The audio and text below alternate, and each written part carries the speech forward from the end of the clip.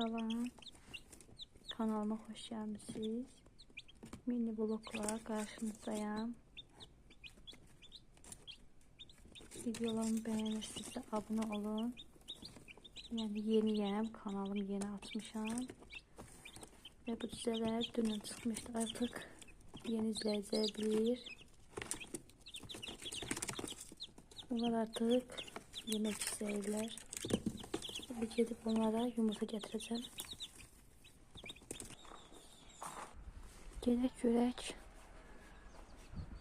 Toyuqlar yumurtlayıb.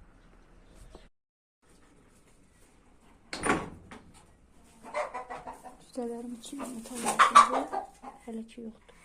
Bir de yeni bastırdığım toyuq. İnşallah onun da cüzələrini sıxdığımı sizə çəkib göstərəcəm. Duşka. Görək yumurta yoxdur altında. Yoxdur altında yumurta.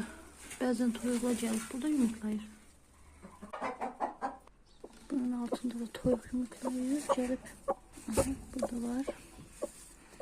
İnşallah bunu pişirib düzələrə verəcəm.